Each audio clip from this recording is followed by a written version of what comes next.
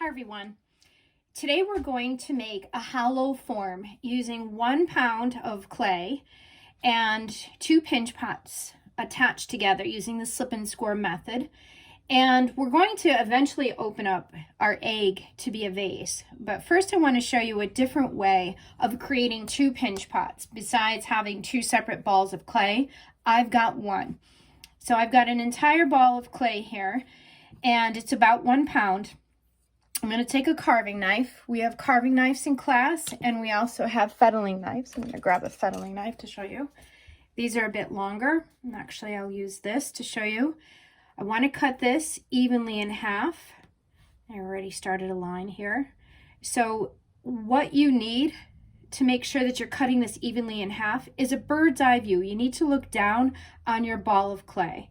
You want to make sure that, just like with making the pinch pots that we did for the sgraffito method, that you paddle your ball of clay to get out and knock out any air pockets and make it into a nice even ball. So I want to divide this in half evenly.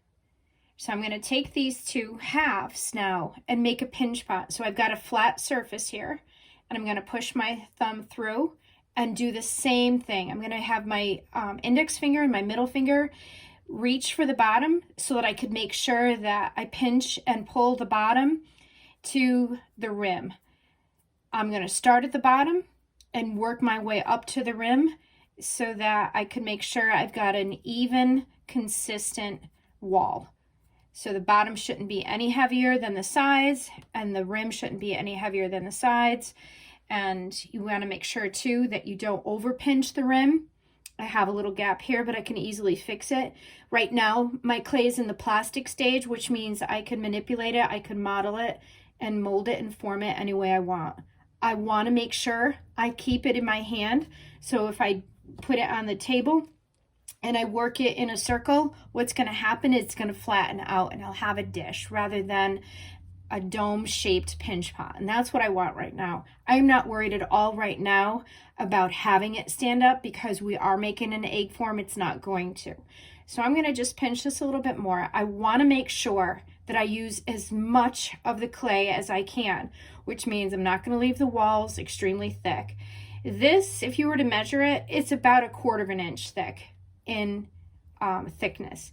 So I'm pinching and I'm keeping it in my hand. I'm not putting it down on the table, and that's an exercise which takes a little bit getting used to.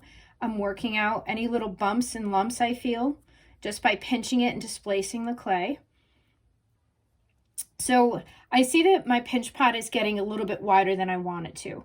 I also feel, even though I'm pretty consistent, there is one part over here that's a little bit thinner than the other. So I'm going to take it and I'm going to same rip and overlap method that I used when I was making my pinch pots for our last project. And I'm going to just pinch that clay in there. You want it to be dome shaped. You want to have as much depth as you can for your cup, your pinch pot. Now I'm going to work this out. I'm going to use my green tool that has the serrated edge, and I'm going to drag one side that's thicker over into the other side. Any little cracks that I see, I'm going to make sure that I work out with the serrated edge of the green tools. You can use the gray tools that we gave you in the art kit, but these work, and we have them in class. Next thing I'm going to do is take my wooden spoon, that's my paddle, and I'm going to make sure that I paddle this so that I work out all the lumps and the unevenness. And again, I'm going to do on an angle. You are making another set of pinch pots that have tapered ends. That means the base is smaller than the rim, the opening.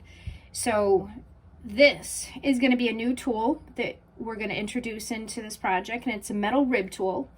And this is also a really great way to work out any of the rigid lines that you made from maybe working out a crack. And this is the best way to make it smooth before you paddle. Paddling is the last thing you're going to do before you put your freshly made pinch pot down. This time, you're going to keep it upside down. You need to keep it upside down because we don't want this to get flattened. We're going to make another side too. Again, every time I pinch, I turn. And that makes it so that it's consistent. Every time my right hand pinches, my left hand turns. If you're left-handed, you might be doing it the opposite way, whatever you feel comfortable with. The key is to be consistent in thickness throughout. That's so important when it dries. When it dries on the thin part too fast, you can end up with cracking. In the firing process, I've seen bases that might have been too heavy, too much clay on the base. They end up getting cracked in the firing process. So you want to try to avoid that. So now I've made my second pinch pot. I've got my first that I'm going to refer to for matching them up. Now I can see this is still quite a bit wider than the one I just made. So I'm going to bring this in. I don't want it to be so wide. I'm going to actually bring it in the opposite from what I did before. So now I've narrowed the rim. So the rim is not so wide. I'm going to have more of an egg shape. And our goal is to create a hollow form that we're going to have one side become the base, and we are going to make that determination. I tell my students all the time, once you make the egg form, decide which side you would rather see be the top. Most of the time, I talk to my students about the most narrow end being the top. I usually don't even have to give my students guidance because they know aesthetically what they want in a small pinch pot vase. So we're learning how to create two forms out of one, and then putting those two forms back together to form a hollow form, to create a hollow form. Okay. So now I can just make a guess. I have a gap here. I'm not worried about that right now because I'm not putting it together just yet. Can even that out after. I'm going to bring this in as well. Again, I'm not blending on the table. I'm blending while it's in my hand. If I were to put this on the table and turn it into a dish and I put two dishes together, I'm not going to have anything that looks like a potential vase when I put them together.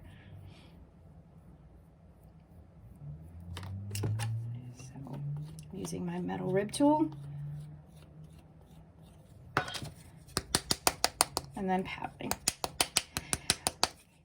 Most students really catch on to paddling very quick. If you paddle on an angle, you'll keep your form tapered, and then you'll be able to still match it. You won't stretch it out so much. It will not be so wide.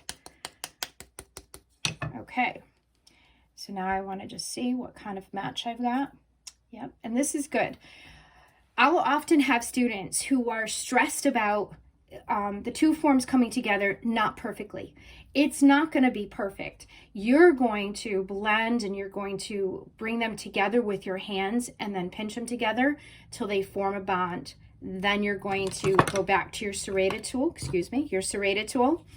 and do that crisscross to really bring them together. But I could, seeing that I've got that opening right there, I could eliminate this little gap here. Again, I'm going to make sure every time I put down these two pinch pots, I put them down upside down. That way I'm not crushing them. Okay, so I got rid of that little hill, and now I've got a little bit of attachment. I've got a little hair here. Okay, so I can see that I'm good with a match. If I turn this around, clearly I need to blend that in. So we'll move on to that next part, but at least I know they match. I've created two pinch pots that are paddled that can be attached together.